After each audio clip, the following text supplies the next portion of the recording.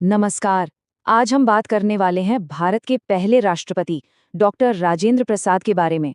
ये कहानी है एक ऐसे इंसान की जिसने अपनी सादगी, ईमानदारी और देश सेवा से भारत की तकदीर लिख दी।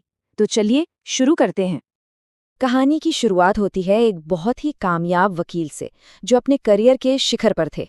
लेकिन जब देश को उनकी जरूरत पड़ी तो उन्होंने एक पल भी नहीं सोचा और अपना सब कुछ दांव पर लगा दिया। उन्होंने एक ऐसा रास्ता चुना जिसने भारत का भविष्य हमेशा के लिए बदल दिया। तो आखिर कौन थे डॉक्टर राजेंद्र प्रसाद, जिन्हें लोग प्यार से राजेंद्र बाबू भी बुलाते थे? देखिए, वो सिर्फ भारत के पहले राष्ट्रपति नहीं थे, वो एक जोशीले स्वतंत्रता सेनानी थे, एक बहुत बड़े विद्वान और महात्मा गांधी के सिद्धांतों पर चलने वाले एक सच्चे इंसान थे। आइए, उनकी जिंदगी के कुछ अहम पड़ावों पर एक नज़र डालते हैं। 1884 में बिहार में जन्म हुआ, कलकत्ता यूनिवर्सिटी से कानून की पढ़ाई की और 1962 में उन्हें देश का सबसे बड़ा सम्मान भारत रत्न मिला। ये सिर्फ कुछ तारीखें नहीं हैं, बल्कि एक असाधारण जिंदगी के मील के पत्थर हैं। ये शब्द उनकी पूरी जिंदगी का निचोड़ हैं। और ये सिर्फ कहने के लिए नहीं थे, बल्कि ये वो सिद्धांत थे जिन पर वो हर दिन, हर पल चले। सरलता, सत्यनिष्ठा और सेवा, यही वो 3 स्तंभ थे जिन पर उनका पूरा व्यक्तित्व टिका था। अब बात करते हैं उनकी जिंदगी के उस सबसे बड़े मोड़ की। वो पल जब एक बेहद सफल वकील ने देश की आज़ादी के लिए अपना सब कुछ छोड़ दिया।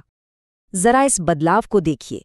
एक तरफ था कलकत्ता हाईकोर्ट में एक चमकता हुआ करियर, शोहरत, पैसा, और दूसरी तरफ गांधी जी से प्रेरणा लेकर आज़ादी की लड़ाई का एक मुश्किल और अनिश्चित रास्ता। ये एक ऐसा फैसला था जिसने न सिर्फ उनकी बल्कि पूरे देश की दिशा बदल दी।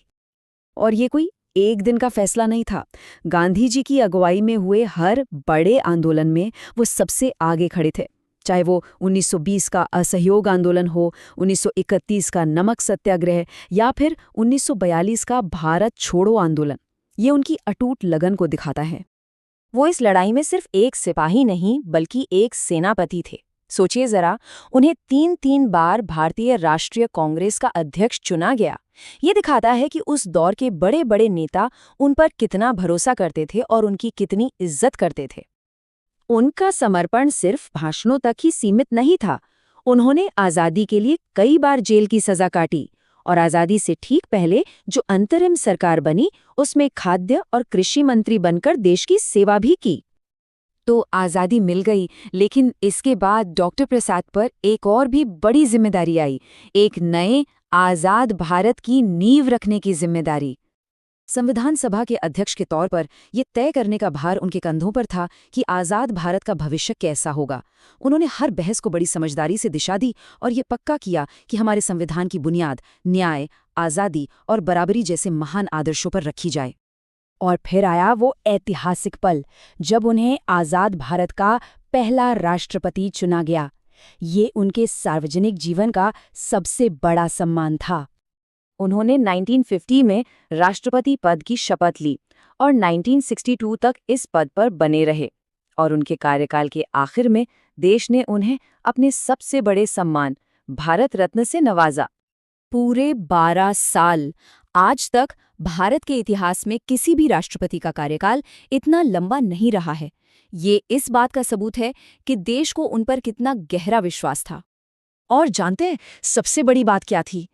राष्ट्रपति भवन की शानो शौकत के बीच भी वो अपने मूल्यों से कभी दूर नहीं हुए। वो अपनी सादगी, अपनी विनम्रता और अपनी निष्पक्षता के लिए जाने जाते थे।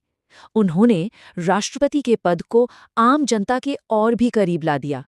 तो आखिर में डॉक्टर राजेंद्र प्रसाद हमारे लिए क्या विरासत छोड़ गए हैं? ये विरासत है त्याग की, निस्वार्थ सेवा की और अपने काम के प्रति सच्ची निष्ठा की। देखिए, सबसे बड़ी सीख जो हमें उनकी जिंदगी से मिलती है वो ये है कि पद चाहे कितना भी बड़ा क्यों ना हो, असली सेवा हमेशा सादगी और ईमानदारी से ही होती है। और ये एक ऐसा सबक है जो आज भी उतना ही जरूरी है जितना तब था। और अंत में ये हमें एक बहुत जरूरी सवाल के साथ छोड़ जाता है। आज की इस तेज रफ्तार दुनिया में डॉक्टर राजेंद्र प्रसाद के सादगी, सेवा और निष्पक्षता जैसे आदर्श हमारे लिए क्या मायने रखते हैं? ये एक ऐसा सवाल है जिस पर हम सभी को सोचना चाहिए।